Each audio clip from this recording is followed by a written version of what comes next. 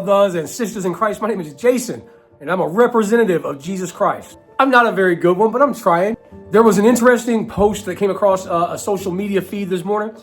A very nice lady posted that the minimum wage has been raised in almost 20 states across the country. Counter to that, the minimum wage has stayed exactly the same in another 20-something states. I'm not making this video about her post in particular, but she posted that, and immediately 2 people had to chime in and comment that if you raise minimum wage, small businesses will close. One person even had the gall to say, if you raise minimum wage, then costs go up, and really nothing is gained for anybody. Well, I would ask the question, gained by who? By the people making minimum wage, or by the people who don't want to work and want other people to labor for them while they sit on butt? I live on the state line between Kentucky and Tennessee. And let me tell you, Tennesseans and Kentuckians, we're like the best people in the entire world. We work so hard. But the minimum wage in Tennessee and the minimum wage in Kentucky is still, it's $7.25. It's the federal minimum wage. That number, that $7.25 an hour number, that hasn't moved since 2009. It's 2026 right now. The last time that the federal government thought that people like you and me, the average worker, deserved a raise, Barack Obama was just getting to the White House. And I had an iPhone 3. 2009, $7.25. Those are numbers. And I'm going to throw more numbers at you. I like them numbers. Numbers don't lie as much as people lie. Statistics lie, but numbers don't lie. The math I'm going to have to present you is it's the equation of a crime scene. So at minimum wage, if you work a full-time job, I'm talking 40 hours a week, 160 hours a month, you bring home $290 a week. That's $1,160 a month. That's $13,920 a year. Now, the federal governments, they have all sorts of guidelines for this and that, and they have a baseline number that represents what poverty in America is. And that number is $15,600 a year. That means if you make less than $15,600 a year, the federal government classifies you as impoverished. But the minimum wage pays $13,920. Do you get it? You see the trick that they played on us? Our system is rigged up in such a way that you can follow all the rules, you can go to work every day, and you can still start out with more than $1,000 deficit before you ever set foot on your job. At minimum wage, you can work every single hour that's expected of a person in this country and still live in poverty. You can still be short $1,700 just for existing. Now, that statistic, while shocking, surely, that only applies to single people without dependents. Now, if you have one child, the federal government says that the poverty line for you is $21,150 a year. But remember, that single mother or single father who's on minimum wage, they're only bringing in $13,920. The math just doesn't math. That means a full-time worker on minimum wage in Kentucky or Tennessee is bringing home like $7,000 less than they need to not be impoverished. We're going to skip past single people. That single parent, man, that's not just poor. That's not just poverty. That's drowning. That single parent doesn't make enough to even forget themselves. They don't even make enough to keep their child above the poverty line. This is a real problem in this country. It's a moral failure of the highest order. And worse yet, the government knows that a person or a single parent or anybody, the government knows that nobody can support themselves at the wage of $7.25 an hour. That's why the federal government, they have their own minimum wage for their own workers. That's right. Now, if you see somebody mowing the lawn or mopping floors for the federal government, they're going to make a minimum of like 17 and some change an hour. I forget the exact number. But the federal minimum wage for you and me is $7.25. The federal minimum wage for federal workers is more than $17 an hour. They know a person can't support themselves on $7 an hour because they pay their own people more. That's right. Our federal government, they've made sure that their people can eat.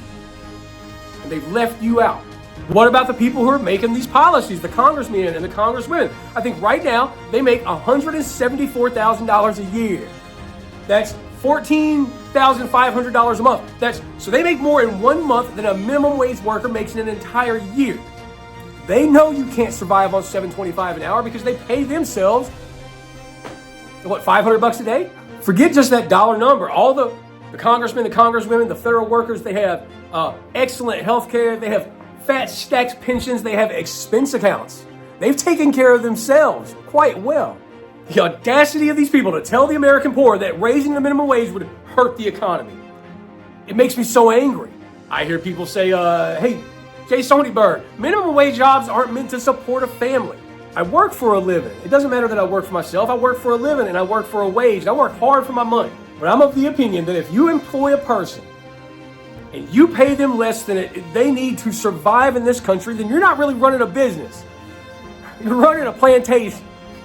Nobody has the right to another person's labor, not for free and not for cheap. If you're paying them less than they need to survive, then you're stealing from them. The worst kind of theft is the theft against the poor. Doesn't our Bible say that a worker is worth his wage? Well, that wage needs to be able to pay for him to eat and his kids to have a roof over their head and to live a decent life.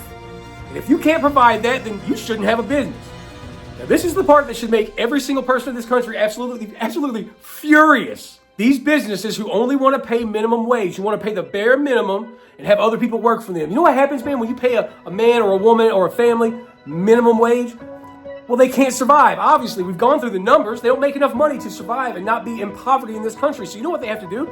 They go to the federal government and they get EBT and they get Section 8 and they get Medicare. They get all these services that actual working people pay for.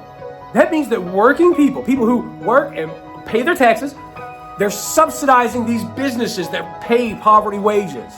That's not a real business. I've been doing research and numbers this morning, and there was a study from like Berkeley in California that says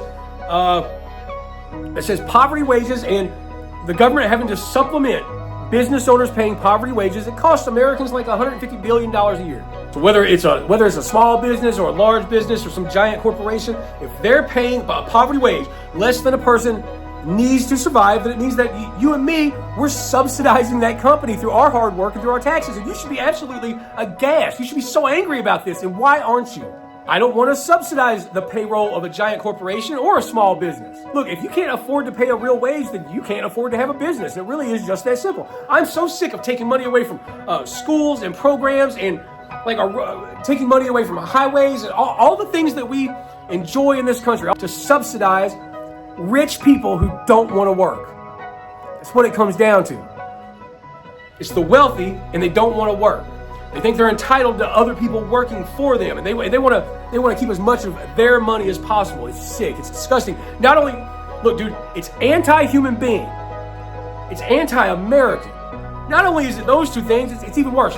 If you have that attitude about poor people and work, then you are anti-Christ. That makes you and me enemies. I don't want to hear anybody complaining about poor people on food stamps or on subsidies. If they're not going to call out the CEO, what's that term that they throw around? Welfare queen? You know who the real welfare queens are? It's the companies that pay poverty wages and we have to subsidize them, and that's a form of welfare too. It's the most unfair and unjust form of welfare that I can think of. If your business model relies on taxpayers, hardworking taxpayers from the federal government to subsidize your employees so you can keep a high profit margin, then you don't really even have a business. You have a scam. I'm sick of this. I'm so tired of this. Subsidizing poverty so a few people can get rich and stay rich. That's not an economy. It's systematic theft.